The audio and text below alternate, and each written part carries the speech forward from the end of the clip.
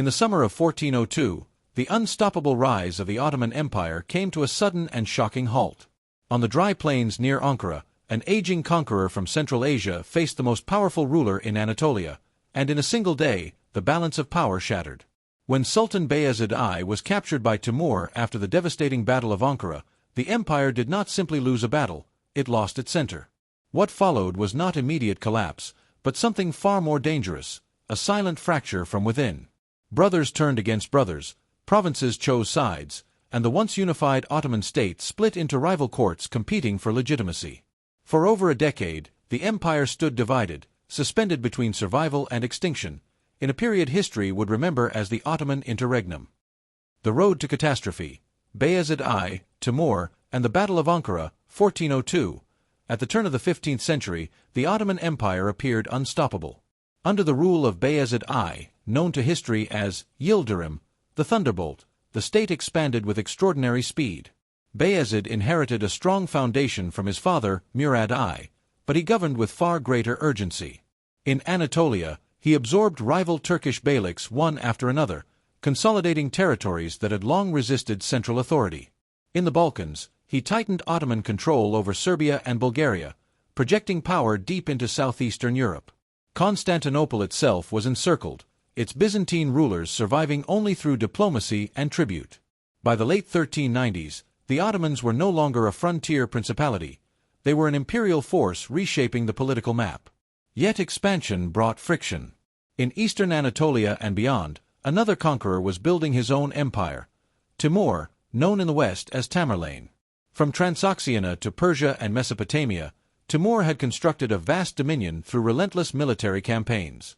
Like Bayezid, he claimed legitimacy through conquest, patronage of Islam, and protection of regional rulers who acknowledged his supremacy. Their spheres of influence began to overlap in Anatolia, where displaced princes and ambitious warlords sought Timur's protection against Ottoman absorption. The tension between the two rulers was not merely territorial, it was ideological and personal. Bayezid considered himself the unifier of Anatolia and protector of the frontier against Christian Europe. Timur, by contrast, presented himself as a universal sovereign whose authority transcended regional dynasties. Diplomatic correspondence between them grew increasingly hostile. Each demanded submission from frontier rulers aligned with the other. Insults were exchanged, alliances tested, and the prospect of war became inevitable. By 1402, confrontation could no longer be avoided. Timur advanced westward with a seasoned army composed of cavalry hardened by decades of campaigning across Asia. His forces were highly mobile, disciplined, and strategically flexible. Bayezid, confident in his military reputation, mobilized the Ottoman army and marched east to intercept him. The decisive encounter would take place near Ankara, in central Anatolia. The Battle of Ankara, fought on July 28, 1402, became one of the most consequential clashes in medieval Eurasian history. Several factors undermined Bayezid's position from the outset. His army, though formidable, included contingents from recently annexed Anatolian beyliks whose loyalty was uncertain. Timur skillfully exploited these divisions, persuading some former princes to defect during the battle. Moreover, the summer heat and the control of water sources played a strategic role. Timur's forces secured key positions, exhausting the Ottoman troops before the main engagement fully unfolded. As combat intensified, the cohesion of the Ottoman army began to falter. Defections among Anatolian units weakened Bayezid's flanks. Despite the resilience of the Janissaries and the Serbian heavy cavalry fighting on the Ottoman side, the encirclement tightened. Timur's tactical flexibility and numerical advantage gradually overwhelmed the Ottoman lines. By the end of the day, the Ottoman army had collapsed. The unthinkable occurred: Bayezid I was captured. For a ruler who had besieged Constantinople and defeated crusading coalitions, imprisonment by a rival Muslim sovereign was a profound humiliation. The symbolism of his capture reverberated far beyond the battlefield. An empire built on the personal authority and military success of its sultan suddenly found itself without a sovereign. Timur did not attempt to permanently occupy the Ottoman heartlands. Instead, he dismantled the centralized structure Bayezid had created. He restored former Anatolian beyliks, encouraging fragmentation rather than direct rule. With the sultan in captivity and no clear mechanism of succession, Bayezid's sons retreated to different regions, each claiming legitimacy. The political center dissolved almost overnight. The catastrophe at Ankara was not simply a military defeat, it was a structural shock. It exposed the fragility beneath rapid expansion and revealed how dependent the Ottoman state had become on the authority of a single ruler. In the vacuum that followed, unity gave way to rivalry, and stability to civil war. The road to catastrophe ended on the plains of Ankara, but the deeper crisis for the Ottoman Empire was only just beginning. A state without a sultan, the Ottoman Interregnum and the de facto division, 1402 to 1413. The capture of Bayezid I at the Battle of Ankara did not immediately erase the Ottoman state from the map. Instead, it created something far more destabilizing, a power vacuum. The empire had expanded rapidly under Bayezid's forceful leadership, but it lacked a clearly institutionalized system of succession. Authority rested in the person of the sultan. Once that figure disappeared, the political architecture began to fracture.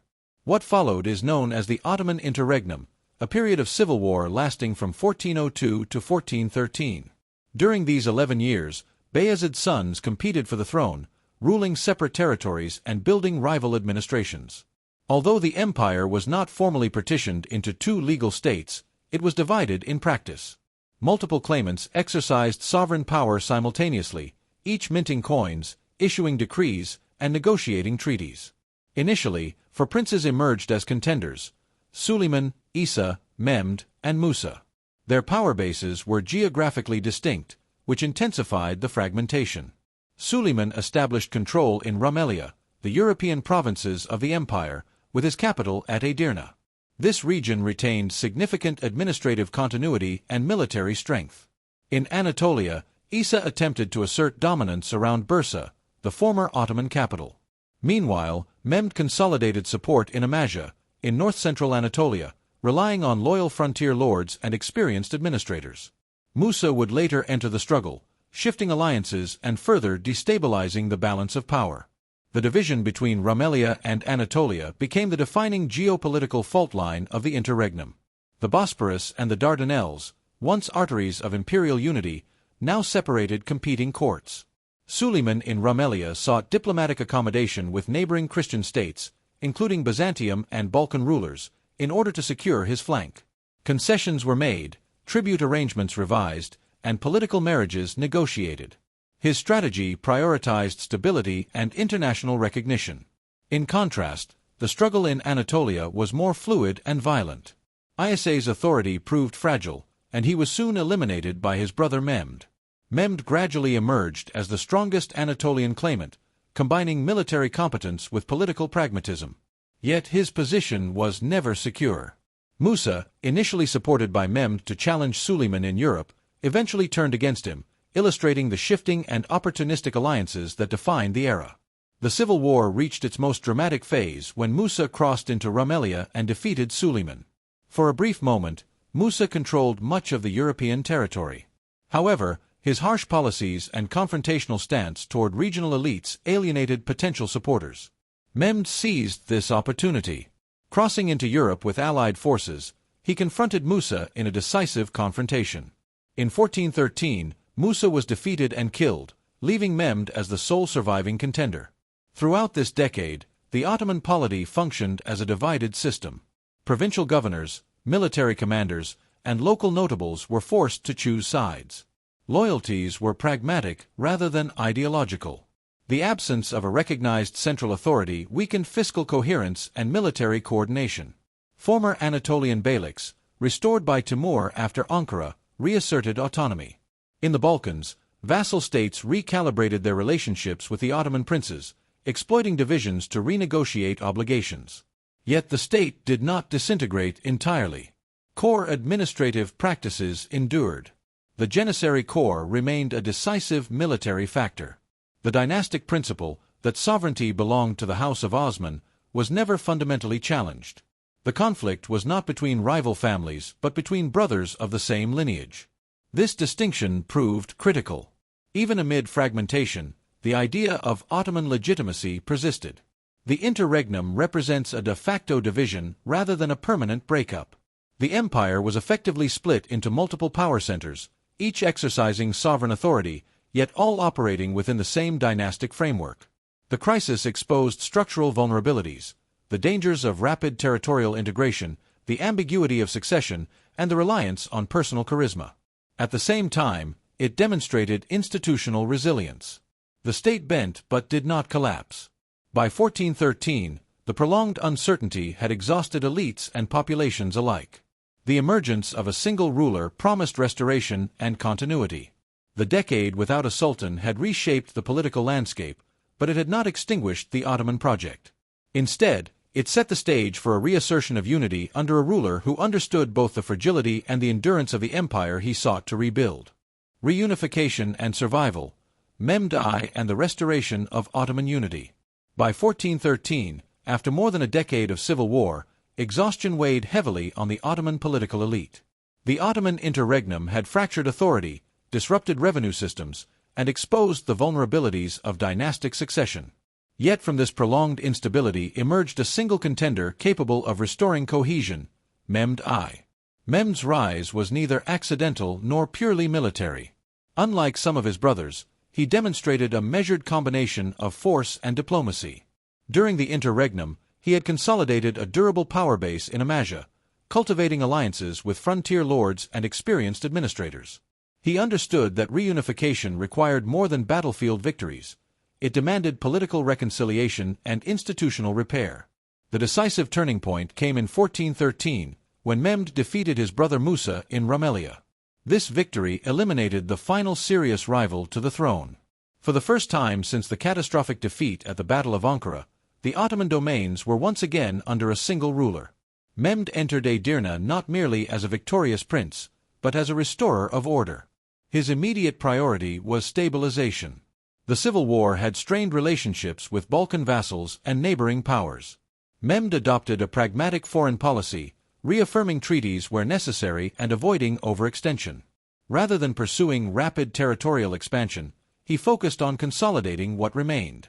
This restraint marked a deliberate departure from the aggressive tempo that had characterized the reign of his father, Bayezid I.